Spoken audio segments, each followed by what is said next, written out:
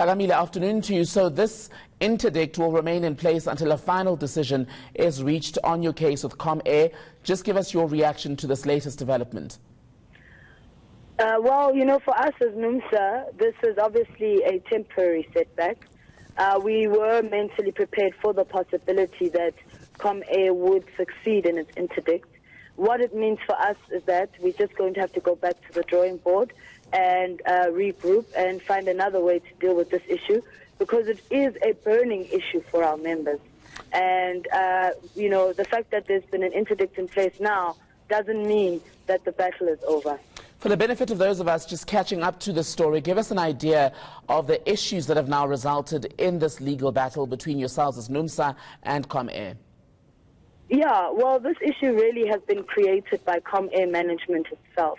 And to be frank, it's quite disappointing that this management team, instead of dealing progressively and decisively with the crisis that they created, they instead run to court in an attempt to suppress the rights of workers to strike. They are the ones who created a situation where you have 23 workers out of an entire workforce who are earning much, much higher salaries than other workers. And this has created a problem in the workplace. In some instances, the gap is as wide as 7,000 rand. And this is for workers who are all doing the same job at the same level, who should be earning a particular wage at that level.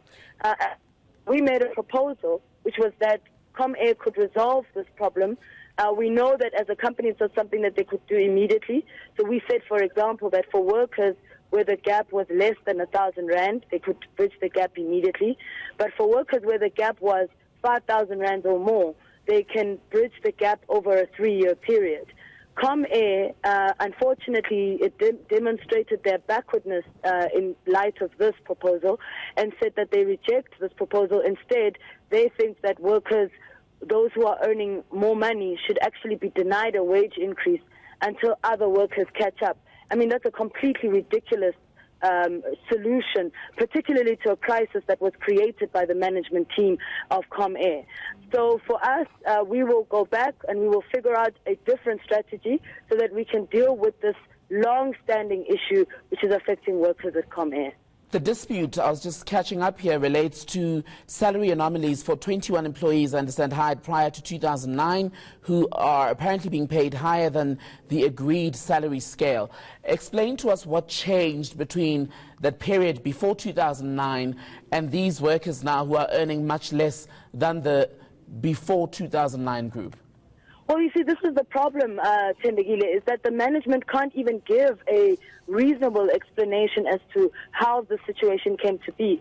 It seems that this is a decision that was taken before, as Numsa, we were even organized at Comair.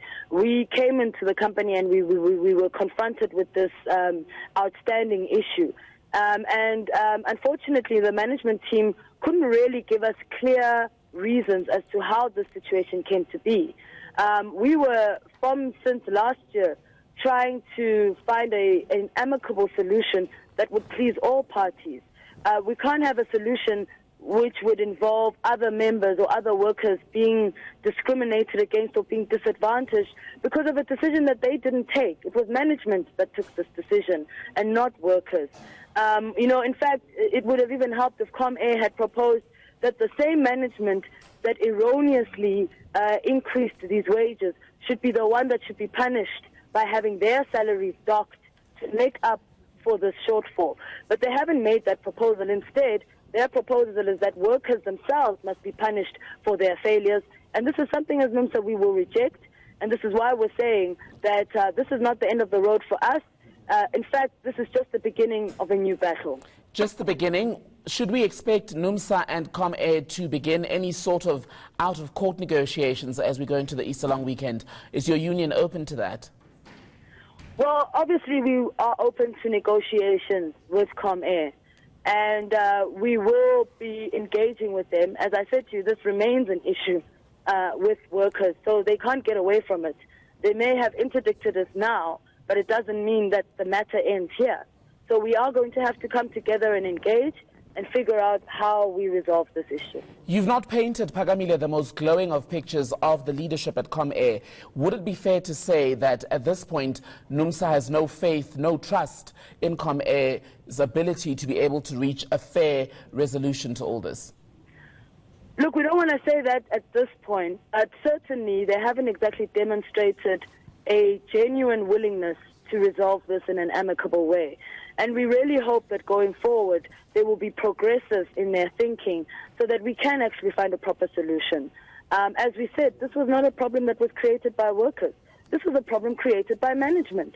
And management must demonstrate visionary leadership in trying to resolve this. And we're calling on them to do that.